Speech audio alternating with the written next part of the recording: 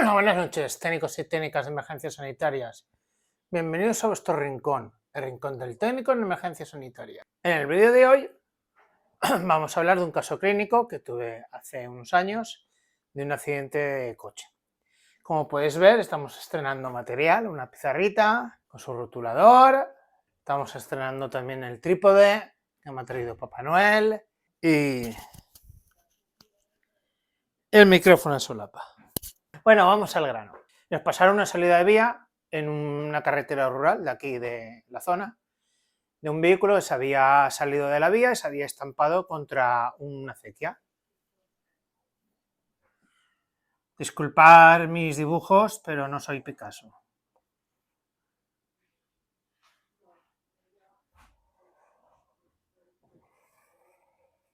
Acequia.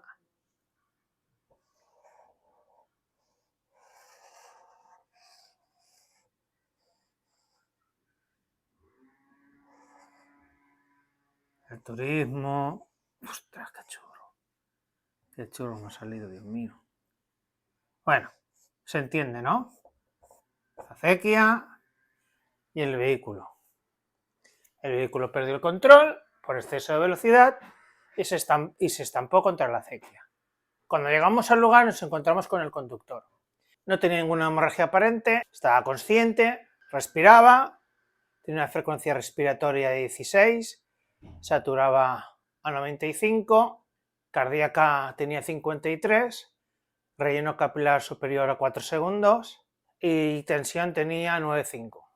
Saturaba 96%, tenía una tensión arterial de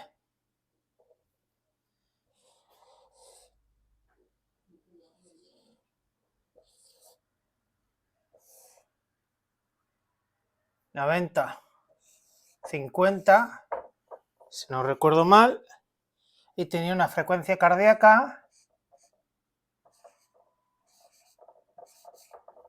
de 53. Las pupilas eran de unos 3 milímetros y reactivas. Y tenía una glucemia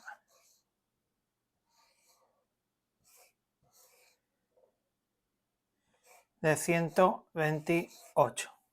Lo que me preocupaba era la tensión y la frecuencia cardíaca. Las pupilas eran reactivas y isocóricas. Estaba pálido, sudoroso y refería a encontrarse muy mareado. Teniendo en cuenta esos detalles, llamé al centro de coordinación y pedí apoyo en soporte vital avanzado. Hablé con el doctor y decidimos sacarlo del vehículo por el riesgo que suponía para el paciente que pudiese perder la consciencia dentro del vehículo o incluso sufrir una parada cardíaca.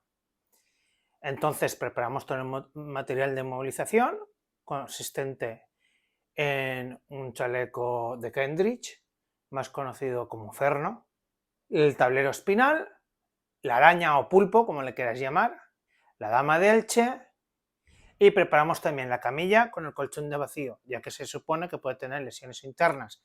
De ahí estas dos constantes vitales y otras circunstancias que se averiguaron una vez extraído el paciente del vehículo. Cuando procedí a colocar el collarín para hacer la extracción, aunque no tenía dolor de cuello, pero sí estaba mareado y ese puede ser un signo de inmovilización vertebral. Mareos, náuseas, vómitos o pérdida de conciencia. Total, que le colocamos el collarín. Cuando fuimos a echarle un pelín para adelante para colocar el ferno, nos comenta que le dolía mucho la espalda y el estómago. Ya sé que esa no es la mejor postura para tocar el vientre, pero le toqué el vientre, era un hombre muy delgado y tenía el abdomen duro y al mismo mínimo contacto tenía mucho dolor. Volví a llamar al médico coordinador y me indicó que lo sacásemos ya, que había un alto riesgo de que tuviesen unas lesiones internas graves, que el soporte vital avanzado estaba de camino y que tenía miedo de que el paciente nos fuese a hacer una parada o alguna otra pirula o nos doblase servilleta, como dice Javier Arenguren.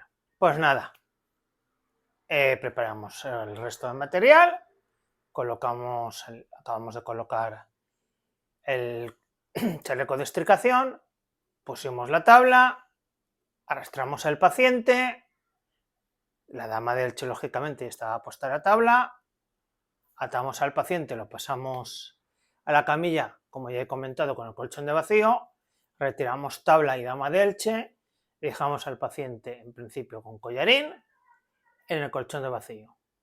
Lo cargamos rápidamente en la ambulancia. Una vez lo tenía dentro de la ambulancia, volvimos a revisar su estado, empezando por la toma de constantes vitales, siguiendo el orden de la ABCD. La X ya la habíamos hecho antes de cargar al paciente en la ambulancia. Tenía una saturación de 93%, una frecuencia respiratoria de 30, tenía una tensión arterial de 87, 57, no, mentira, 56.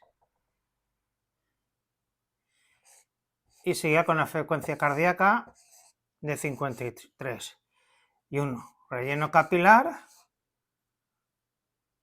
superior a 4 segundos. Lo que nos puede indicar que puede haber una hemorragia interna debido a su coloración de piel, a su frecuencia cardíaca, a su tensión arterial y a su saturación de oxígeno en la frecuencia respiratoria. Seguí con la evaluación secundaria con el examen de cabeza a pies. En la cabeza no se apreciaba ninguna deformidad, ni punto sangrante, ni dolor. En el cuello tampoco tenía dolor, pero como tenía náuseas y estaba mareado, dejamos el collarín como indica el protocolo de inmunización selectiva. Continuamos explorando los hombros, no tenía nada.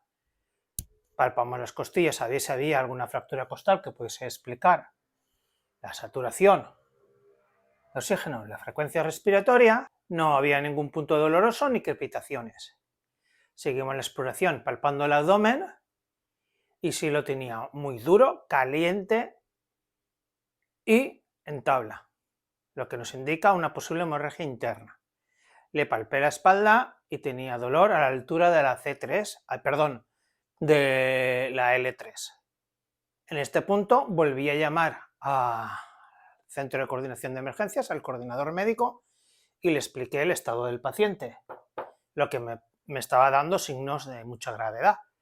Me informó de que el soporte vital avanzado estaría al caer, porque estaba la población más cercana a ese punto, estaría 15-20 minutos, y precisamente cuando estaba colgándole al médico coordinador, me estaba llamando al médico del SAMU, que estaban a 3 minutos, que le contase cómo estaba el paciente, que le habían dicho en primer momento que podía ser un paciente muy grave. Le comentó su estado y me dice que no lo toquemos más, que lo deje. Me repitió lo que ya me dijo el coordinador, perdonad que no os lo he dicho, que le pusiese una mascarilla de Venturi A.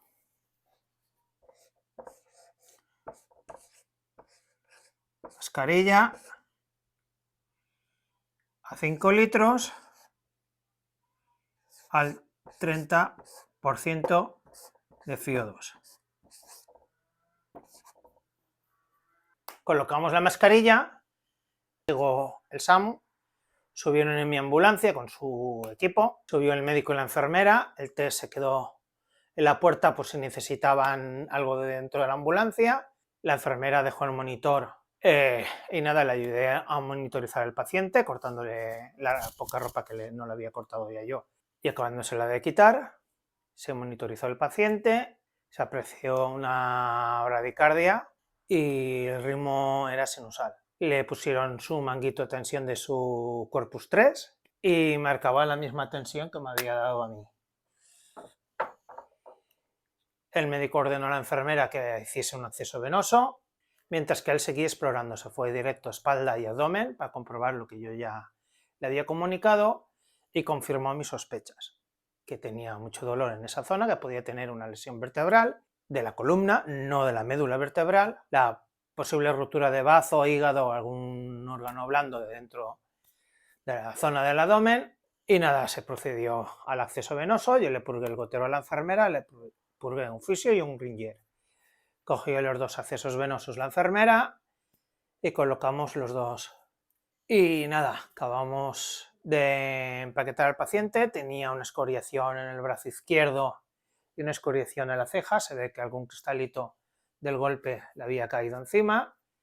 Se lo limpié y desinfecté con clorexidina y procedimos a hacer el traspaso a la unidad de soporte vital avanzado para que ellos hiciesen el traslado al hospital de trauma de referencia de aquí de la provincia de Valencia. Con una alta prioridad hicieron prellamada al centro de coordinación para que avisasen al hospital de que iban con un paciente grave que podía necesitar cirugía inmediata. Y nada, la próxima vez que vi ese equipo les pregunté cómo había quedado el paciente y me comentaron que sobrevivió, que llegaron, lo pasaron directo a reanimación y enseguida lo pasaron a quirófano porque le hicieron la eco. Entonces nuestros amos aún no llevaban ecógrafo, era poco antes de traérselo, y se confirmó que tenía una hemorragia interna, no recuerdo qué órgano era el afectado, y que fue intervenido de urgencia y el paciente, gracias a Dios, sobrevivió. Espero que el vídeo os haya gustado, es la primera vez que hago un vídeo así. Disculpad mis nervios y si os ha gustado, dale like y suscribiros. Y como siempre digo, nos vemos cuando suenen las sirenas. Muy buenas noches.